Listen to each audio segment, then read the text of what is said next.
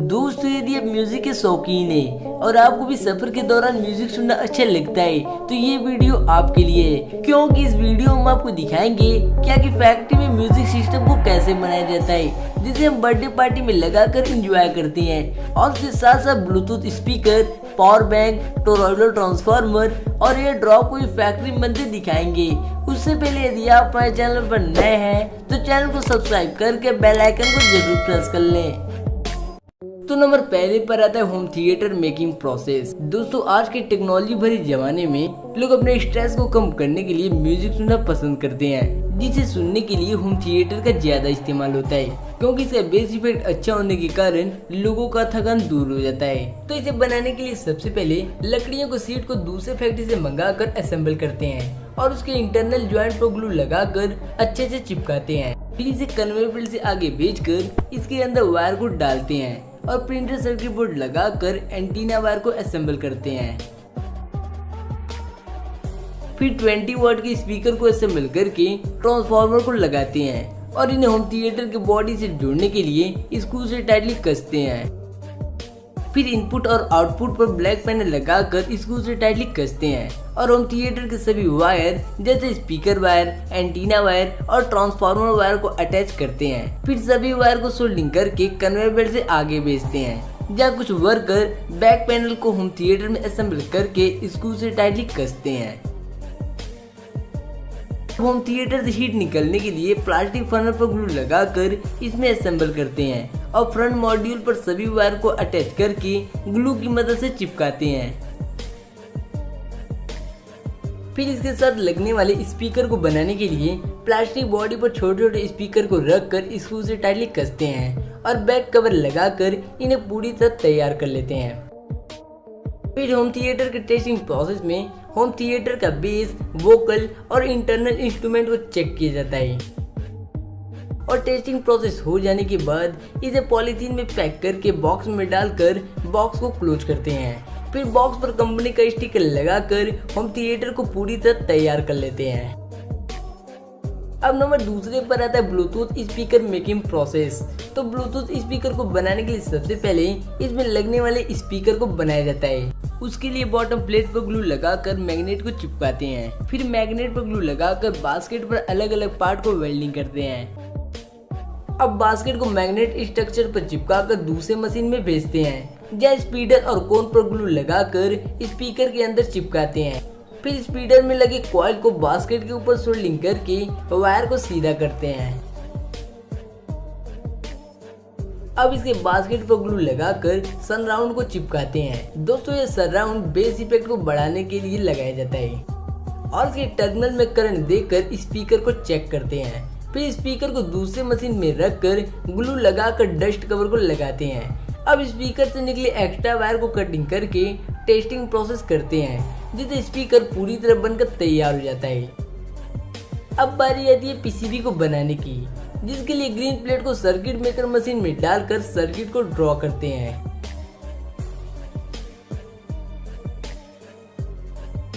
फिर इस पर छोटे छोटे कंपोनेंट को लगाकर ऑटोमेटिक मशीन से माइक्रोचिप को लगाते हैं। अब कैपेसिटर को लगाकर रजिस्टर को लगाते हैं। फिर करंट को एक डायरेक्शन में भेजने के लिए डायोड लगाकर चार्जिंग के सॉकेट को लगाते हैं और इन्हें सोल्डिंग करके छोटे छोटे पार्ट में तोड़ लेते हैं, जिससे पीसीबी पूरी तरह बनकर तैयार हो जाता है। अब बारी आती है असेंबलिंग की, जहाँ पीसीबी के साथ बैटरी को सोल्डिंग करके स्पीकर को भी अटैच करते हैं। फिर इस पूरे सिस्टम को ब्लूटूथ के बॉडी में फिट करके सोल्डिंग किया जाता है।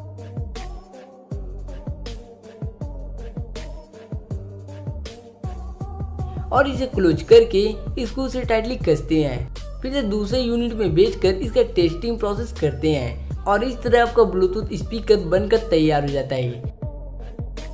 अब इसे पैकिंग करने से पहले स्पीकर के बेस में सर्कुलर कॉटन चिपकाकर उस पर कंपनी के स्टिकर को लगाते हैं।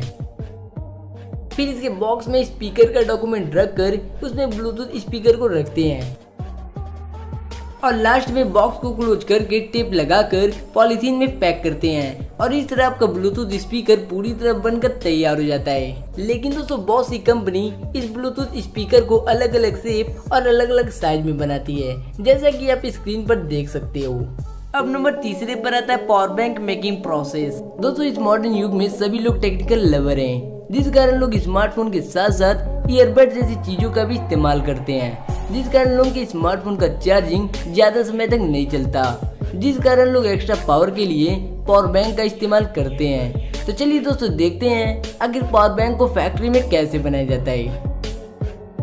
तो पावर बैंक फैक्ट्री में सबसे पहले पावर बैंक का मुख्य हिस्सा यानी पावर बैंक बॉडी को मोल्डिंग मशीन से तैयार किया जाता है।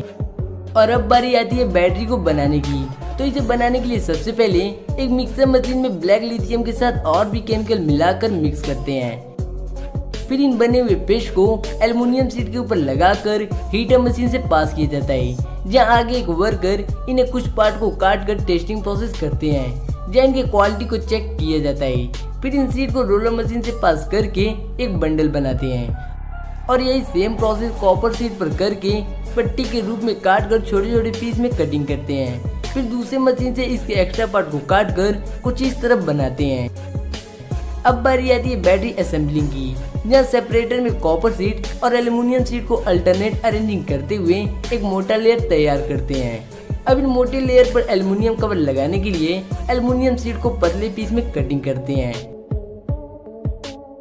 फिर इंटरनल बैटरी को एल्युमिनियम शीट में कवर करके इनमें कुछ केमिकल को डालकर वैक्यूम मशीन से इसके अंदर का गैस निकालते हैं और पैकिंग मशीन द्वारा इन्हें अच्छे से पैक करके कटिंग मशीन से इसके एक्स्ट्रा पार्ट को काट कर सर्किट को लगाते हैं। फिर इस पर येलो टेप चिपका कर बैटरी को पूरी तरह तैयार कर लेते हैं। अब बारी आती है इसे पीसीबी को बनाने की, जो पूरे पावर बैंक को कंट्रोल करता है। तो इसे बनाने के लिए सबसे पहले कंप्यूटर में पीसीबी का डिजाइन तैयार करके कॉपर और ग्लास से बने शीट को कन्वेयर बेल्ट से आगे भेजते हैं, जहाँ इन पर छोटे छोटे कंपोनेंट को लगाने के लिए बहुत सारे होल किए जाते हैं। फिर ट्रैक बनाने वाली मशीन में डालकर ऊपर से पॉलीथीन शीट को रखते हैं, जिस पर ट्रैक बना होता है। फिर इन्हें मशीन के अंदर भेजकर यूवी लाइट की मदद से ट्रैक को बनाते हैं। अब इन्हें मशीन से निकालकर दूसरे मशीन में डालते हैं, जहाँ इनके ट्रैक को चेक किया जाता है। फिर पीसीबी को और मजबूत बनाने के लिए प्रिंटेड ट्रैक को कॉपर शीट पर रखकर प्रेशर और हीट से अटैच करते हैं। अब पीसीबी को ग्रीन बनाने के लिए ग्रीन कलर को दूसरे फैक्ट्री से मंगाकर पीसीबी शीट को प्रिंटिंग मशीन में रखते हैं और उस पर ग्रीन कलर लगाकर मशीन को स्टार्ट करते हैं, जिससे आपका पीसीबी ग्रीन कलर का हो जाता है। दोस्तों इसे ग्रीन करने से शॉर्ट सर्किट का खतरा कम हो जाता है और ट्रैक भी आसानी से दिखने लगता है। फिर इसे दूसरे यूनिट में भेजकर पॉलीथीन शीट लगाकर मशीन में डालते हैं, जहाँ ये चेक होता है कि पीसीबी प्लेट पर ग्रीन कलर एक्यूरेट लगा है या नहीं। फिर पीसीबी चेक हो जाने के बाद कन्वेयर बेल्ट से वॉशिंग मशीन में भेजकर पानी से वॉश किया जाता है। फिर इसे दूसरे मशीन में भेजकर छोटे छोटे कंपोनेंट को लगाए जाते हैं, जैसे माइक्रो डिवाइस जो पीसीबी को कंट्रोल करता है। फिर कैपेसिटर को लगाते हैं, जो इलेक्ट्रिक चार्ज को स्टोर करके जरूरत पड़ने पर रिलीज करता है। फिर रजिस्टर को लगाते हैं, जिससे करंट ज्यादा फ्लो होने पर करंट को कंट्रोल किया जा सकता है। फिर डायोड को लगाते हैं, जिससे करंट को एक डायरेक्शन में फ्लो करवाया जाता है। फिर 3 LED लगाया जाता है, जो चार्जिंग को इंडिकेट करता है। फिर स्विच को लगाते हैं, जिससे पावर बैंक को ऑन ऑफ किया जा सकता है। फिर लास्ट में चार्जिंग पिन को लगाते हैं, जिससे पावर बैंक चार्ज होकर पावर को रिलीज करता है। अब इसके सभी कंपोनेंट को सोल्डिंग करके इन्हें अच्छे से फिक्स कर लेते हैं और लास्ट में आपका पीसीबी कुछ इस तरह तैयार हो जाता है। अब बारी आती है असेंबलिंग की, जहाँ कंप्यूटर में पावर बैंक का 3D मॉडल तैयार करके उसी अकॉर्डिंग सभी कंपोनेंट को जोड़ा जाता है। तो इस प्रोसेस की शुरुआत होती है बैटरी में वायर को जोड़ने से। फिर वायर जुड़ जाने के बाद टर्मिनल पर टेप लगाते हैं।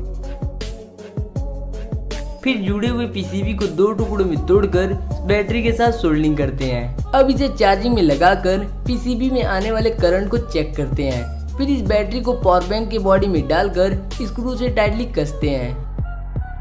अब इसे दूसरे मशीन पर रखकर इस पर ग्लू लगाते हैं और प्लास्टिक कवर से क्लोज करके पावर बैंक को तैयार कर लिया जाता है। फिर इस पर लेजर प्रिंटिंग की मदद से कंपनी का नाम लिखकर मेड इन इंडिया टाइटल को लिखते हैं। लेकिन दोस्तों बहुत सी कंपनी इसे लिखने के लिए स्टैंपिंग मशीन का इस्तेमाल करती हैं। फिर इसे दूसरे यूनिट में भेजकर विजुअल चेक करते हैं जहाँ इसके अपीयरेंस को देखा जाता है। अब इसे एक खास तरह के केमिकल से क्लीन करके डस्ट को रिमूव करते हैं। अब बारी आती है चार्जिंग केबल को बनाने की, जिसे मोबाइल को पावर बैंक द्वारा चार्ज किया जाता है। उसके लिए घूमती हुई चक्री में चार्जिंग पिन डालकर एक सीक्वेंस में अरेंज करते हैं। फिर सेमी ऑटोमेटिक मशीन में वायर को लगाकर चार्जिंग पिन के साथ सोल्डिंग करते हैं। अब चार्जिंग पिन पर रबर का कोटिंग चढ़ाने के लिए इस मोल्डिंग मशीन में डालते हैं, जहाँ ये मशीन हीट और प्रेशर देकर चार्जिंग केबल पर कोटिंग चढ़ा देता है। फिर इसे रिसेप्टर में डालकर इसे साइज और क्वालिटी को चेक करते हैं। अब चार्जिंग केबल को फोल्ड करके इस पेपर ट्रे में डालकर बॉक्स में डालते हैं और लास्ट में इनमें पावर बैंक डालकर बॉक्स को टेप से क्लोज कर देते हैं। फिर एक वर्कर द्वारा स्कैनर से स्कैन करके पावर बैंक के मैन्युफैक्चरिंग डेट को रिकॉर्ड कर लेते हैं। अब इसका वेट मेजर करके कंपनी का लोगो लगाकर मेड इन इंडिया स्टिकर को लगाते हैं। फिर इसे बड़े से बॉक्स में डालकर पैक करते हैं, जिससे पावर बैंक पूरी तरह बनकर तैयार हो जाता है। दोस्तों हमने पिछले वीडियो में बहुत से अलग अलग ट्रांसफार्मर का मैन्युफैक्चरिंग प्रोसेस देखा था, जैसे 3 फेज ट्रांसफार्मर, EI ट्रांसफार्मर और पोलो ट्रांसफार्मर, जहाँ सबका वर्क सेम था। लेकिन आज हम आपको सबसे अलग और सबसे बेहतर यानी टोरॉइडल ट्रांसफार्मर की मैन्युफैक्चरिंग प्रोसेस दिखाएंगे। तो चलिए दोस्तों, इसका मैन्युफैक्चरिंग प्रोसेस देखने से पहले इसके वर्क को समझते हैं। तो ट्रांसफार्मर का सबसे मुख्य हिस्सा होता है कोर, जिसे आयरन शीट से बनाया जाता है। फिर इस पर नायलॉन कवर लगाकर इस पर प्राइमरी कॉइल की वाइंडिंग करते हैं। दोस्तों इसी कॉइल की मदद से करंट ट्रांसफार्मर के अंदर आकर सोलेनॉइड शेप में घूमता है, जिससे मैग्नेटिक फील्ड जनरेट होने लगता है। अब इस पर सीरीज लेयर लगाते हैं, जो सेकेंडरी कॉइल को प्राइमरी कॉइल से सेपरेट करने का काम करता है, और लास्ट में रबर सेपरेटर लगाकर ट्रांसफार्मर को नट बोल्ट से टाइटली कसते हैं। दोस्तों ट्रांसफार्मर के प्राइमरी कॉइल में करंट घूमने के कारण मैग्नेटिक फील्ड जनरेट होता है, और ये मैग्नेटिक फील्ड सेकेंडरी कॉइल के कांटेक्ट में आने पर करंट में कन्वर्ट होकर आउटपुट रास्ते बाहर निकलता है, जिससे हमें इनपुट वोल्टेज के कंपेयर में आउटपुट वोल्टेज ज्यादा मिलता है, जिससे एप्लायंस में वोल्टेज की कमी नहीं होती। और इसका खास बात ये होता है कि ये EI ट्रांसफार्मर से काफी अच्छा होता है, क्योंकि इसका मोर इफिशिएंट पावर करंट को ज्यादा प्रोड्यूस करने में मदद करता है, और EI ट्रांसफार्मर के कंपेयर में इसका साइज भी छोटा होता है। और इसका खास बात ये है कि ये लेस एडी करंट प्रोड्यूस करता है, और वहीं EI ट्रांसफार्मर को देखा जाए तो वो ज्यादा एडी करंट प्रोड्यूस करता है, जिससे वो कुछ समय बाद हीट होने लगता है। तो दोस्तों आपको पता चल गया होगा आखिर टोरॉइडल ट्रांसफार्मर का ज्यादा डिमांड क्यों है। तो चलिए अब इसके मैन्युफैक्चरिंग प्रोसेस को देखते हैं। तो इसे बनाने के लिए सबसे पहले कॉपर वायर को बनाया जाता है। उसके लिए वेस्ट वायर को छोटे छोटे पीस में कटिंग करके एक खास तरह की मशीन में डालते हैं, जहाँ ये मशीन वायर कवर पर स्टार्टिंग से लेकर एंडिंग पॉइंट तक कटिंग करती है, और वर्कर द्वारा इन्हें छिलकर कॉपर वायर को निकाल लिया जाता है। फिर इन्हें क्रशिंग मशीन से चूड़ा बनाकर दूसरे मशीन में भेजते हैं, जहाँ ये मशीन कॉपर को मेन पाउडर बनाता है। फिर इन कॉपर पाउडर को भट्टी में डालकर लिक्विड बनाते हैं, जहाँ इन्हें मोल्ड में डालकर एक खास तरह का शेप दिया जाता है, और कुछ समय बाद जब ये मोल्ड का शेप ले लेते हैं तो इन्हें बाहर निकालकर कंप्रेसर मशीन में भेजा जाता है। दोस्तों आपको दिख रहा होगा कैसे ये मशीन एल्युमिनियम रॉड को प्रेस करके वायर में बदल रहा है। दोस्तों इस मशीन में हीटर लगा होता है, जो एल्युमिनियम रॉड को गर्म करके पतले रास्ते से निकालकर वायर का शेप देता है। अब इस वायर के ऊपर वाटर डालकर कूल करते हैं, और बहुत सारे रोलर से पास करके एक बंडल में लपेट लिया जाता है। अब बारी आती है आयरन कोर को बनाने की, जिसके लिए स्टील बंडल को दूसरे फैक्ट्री से मंगाकर पतले पट्टी के आकार में कटिंग करके पीटते हैं। फिर इसे रोलर मशीन पर लपेटकर स्टील शीट का मोटा लेयर तैयार करते हैं, जिसके डायमीटर को मेजर करके अंतिम छोर पर वेल्डिंग किया जाता है, और लास्ट में कटिंग करके मशीन से निकालकर स्टील शीट को पीटकर अरेंज करते हैं। फिर इसे एक स्टैंड पर रखकर जरूरी जगहों पर वेल्डिंग करते हैं।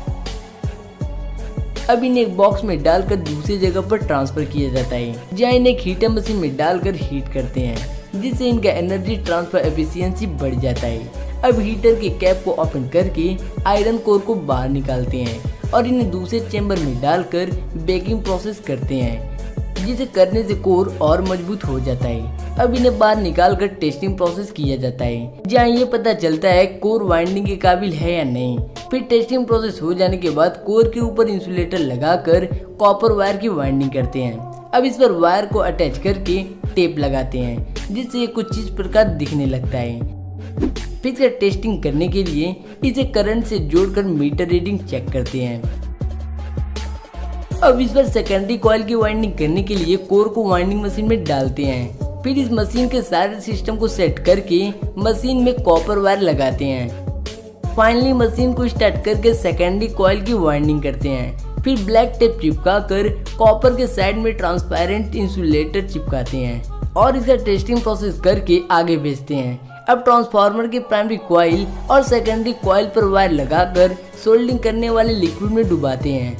फिर इसके एक्स्ट्रा वायर को कटिंग करके वायर के ज्वाइंट को अरेंज करते हैं और टेप चिपका कर दूसरे मशीन में डाला जाता है, जहाँ ब्लैक टेप का लेयर चढ़ाते हैं और सेपरेटर के ऊपर रखकर इनमें ब्लैक ऑयल को डालते हैं और लास्ट में इस पर ब्रांड का कवर लगाकर ट्रांसफार्मर को पूरी तरह तैयार कर लेते हैं। वैसे दोस्तों, आप हमारे पिछले वीडियो में एप्पल ईयर ड्रॉप का मैन्युफैक्चरिंग प्रोसेस देखा था, जिसका इस्तेमाल लोग म्यूजिक सुनने के साथ साथ फैशन दिखाने के लिए भी करते हैं। लेकिन दोस्तों, इसमें बहुत बड़ी कमी ये है कि इसका साइज बड़ा होने के कारण ये कानों से गिर जाता है।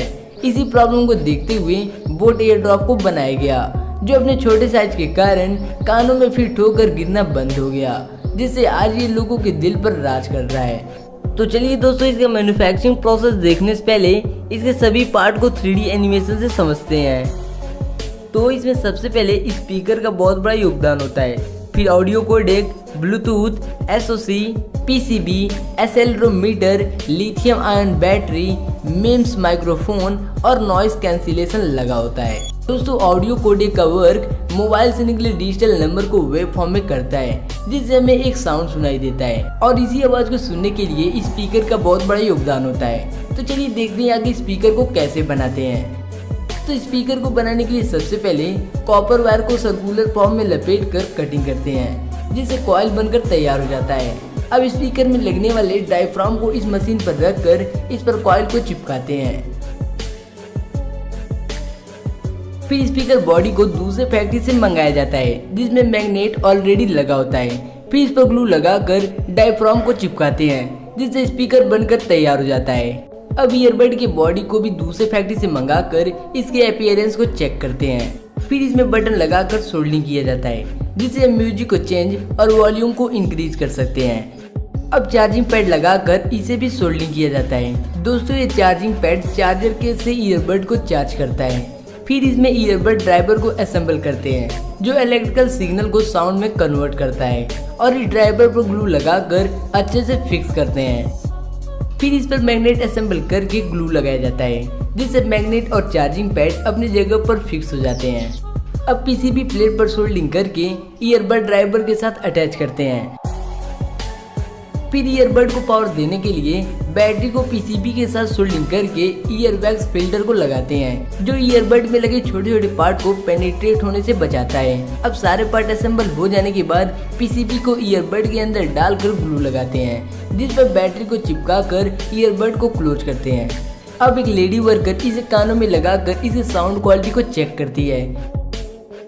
फिर ईयरबड के स्पीकर पर पॉलीथीन को लगाते हैं, जो स्पीकर में डस्ट जाने से रोकता है। फिर इसका आउटर इंस्पेक्शन किया जाता है, जिसमें ईयरबड की अपीयरेंस को चेक करते हैं। अब आपके कान को लंबे समय तक कंफर्ट रखने के लिए ईयर टिप को लगाते हैं, जिससे आपका ईयरबड बनकर तैयार हो जाता है। अब बारी आती है इसके चार्जिंग केस को बनाने की, जिसके लिए कंप्यूटर में इसका 3D डायग्राम तैयार करके प्लास्टिक ग्रेन्यूल्स को मोल्डिंग मशीन में डालते हैं, जिससे ईयर ड्रॉप का बॉडी बनकर तैयार हो जाता है। अब इसके एक्स्ट्रा पार्ट को कटिंग करके ईयर ड्रॉप में पड़ने वाले बैटरी को बनाते हैं, जिसके लिए कंटेनर में ब्लैक लिथियम के साथ अन्य केमिकल को डालकर अच्छे से मिक्स करते हैं, जिससे एक पेस्ट बनकर तैयार हो जाता है।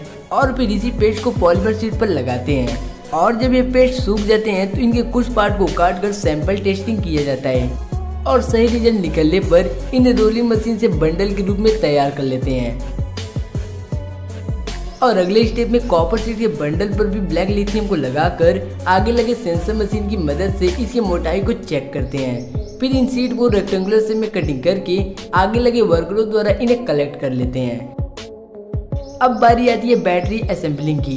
इस असेंबलिंग प्रोसेस में लिथियम पॉलीमर सीट के ऊपर कॉपर के सीट को रखते हैं और ऐसी अल्टरनेट अरेंजिंग करते हुए इन दोनों का एक मोटा लेयर तैयार कर लेते हैं। अब इस इंटरनल बैटरी के ऊपर एल्युमिनियम सीट लगाया जाएगा, तो उसके लिए एल्युमिनियम सीट को पतले पीस में कटिंग करके बैटरी के इंटरनल हिस्से को डालकर पूरी तरह पैक कर देते हैं और उसी दौरान बैटरी से निकले अनवांटेड सीट को कटिंग करके सर्किट प्लेट को लगाते हैं